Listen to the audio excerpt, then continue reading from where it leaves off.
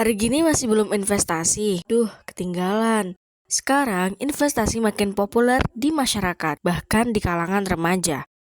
Dan dua pilihan yang paling sering muncul adalah emas dan reksadana. Enaknya nabung emas yang aman atau reksadana yang untung lebih besar? Tentu keduanya punya kelebihan dan kekurangannya masing-masing. Tapi mana yang lebih cocok untuk kamu yang pemula? Yuk sini kita bahas.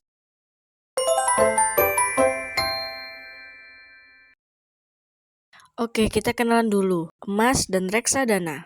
Investasi emas mungkin terdengar tidak asing lagi. Bahkan investasi ini sudah ada sejak lama dan dianggap sebagai aset yang aman. Ketika harga barang naik, inflasi meningkat, terjadi ketidakstabilan ekonomi, emas berfungsi sebagai aset yang lebih aman. Emas menjadi pilihan yang menarik karena nilainya yang stabil. Jadi pertimbangan mereka untuk berinvestasi menjaga dari inflasi. Permintaan meningkat, harganya pun meningkat. Emas juga tidak berkorelasi sempurna dengan saham dan obligasi. Ini membantu menjaga portofolio Anda dari risiko investasi. Nah, yang hangat diperbincangkan belakangan ini adalah reksadana. Reksadana adalah wadah untuk menghimpun dana dari banyak investor yang kemudian diinvestasikan dalam berbagai jenis instrumen keuangan, seperti saham, obligasi, atau pasar uang.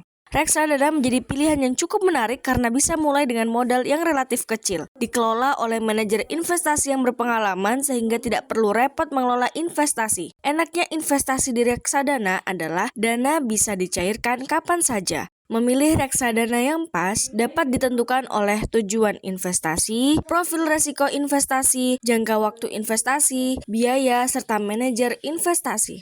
Penting untuk diingat, untuk investasi emas harganya fluktuatif, bisa naik dan turun. Tapi kalau untuk jangka panjang sekitar 5 tahun lebih, harga cenderung aman dan naik. Sekarang, investasi emas bisa dengan berbagai cara. Selain membeli emas dalam bentuk fisik, dapat pula membeli emas melalui bank atau reksadana. Bahkan, kamu dapat pula membeli saham perusahaan tambang emas. Namun, pilihan terakhir ini memiliki resiko yang lebih tinggi dibandingkan dengan memiliki emas fisik atau reksadana emas. Tentu antara emas dan reksadana masing-masing memiliki resiko dan keuntungan yang berbeda. Sebelum memulai investasi, ada baiknya konsultasikan terlebih dahulu dengan financial advisor, melakukan riset, disesuaikan kembali dengan profil resiko dan tujuan keuangan Anda. Sebagian orang memulai investasi karena FOMO, takut ketinggalan. Meskipun gajimu masih di bawah UMR, tetap masih bisa berinvestasi kok. Sekarang, semisal kamu punya uang 500.000, lebih pas investasi di emas atau reksadana. Untuk pemula dengan anggaran yang terbatas dan mementingkan prioritas keamanan modal, reksadana pasar uang menjadi pilihan yang tepat. Karena reksadana uang memiliki resiko yang rendah dan harga unitnya cenderung stabil, cocok untuk tujuan jangka pendek dan bisa diambil kapan saja. Meskipun 500.000 termasuk angka kecil, apabila dilakukan dengan rutin dapat membantu Anda mencapai tujuan keuangan lebih cepat. Reksadana pasar uang adalah pilihan terbaik untuk memulai investasi, terutama dengan tujuan tabungan dana darurat. Nanti, seiring berjalannya waktu dan modal yang bertambah, kamu bisa mempertimbangkan untuk investasi di jenis reksadana yang lain untuk diversifikasi portofolio.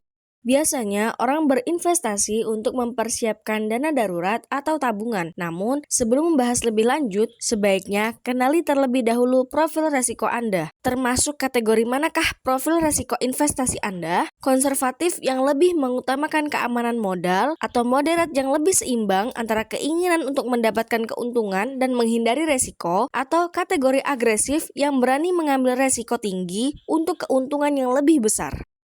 Di Indonesia saat ini, kamu sudah bisa berinvestasi dengan sangat mudah melalui platform online. Beberapa yang populer diantaranya Bibit, Bareksa, Ajaib, iPod, dan Stockbit. Platform tersebut sudah dapat dipastikan telah terdaftar dan diawasi oleh otoritas jasa keuangan. Sebelum memilih platform, pastikan sesuai dengan kebutuhan dan preferensi Anda. Perhatikan pula biaya-biaya yang dikenakan dan pastikan platform tersebut memiliki sistem keamanan yang baik untuk melindungi data pribadi dan transaksi Anda.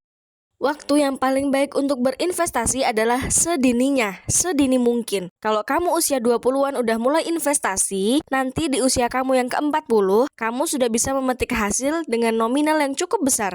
Seiring berkembangnya zaman, dunia investasi pun turut berkembang. Teruslah belajar tentang keuangan dan investasi agar Anda bisa membuat keputusan yang lebih bijak. Jangan takut untuk memulai, takutlah jika kamu belum mulai sama sekali. Setiap langkah kecil yang kita lakukan sekarang membuat kita semakin dekat dengan tujuan keuangan yang kita cita-citakan.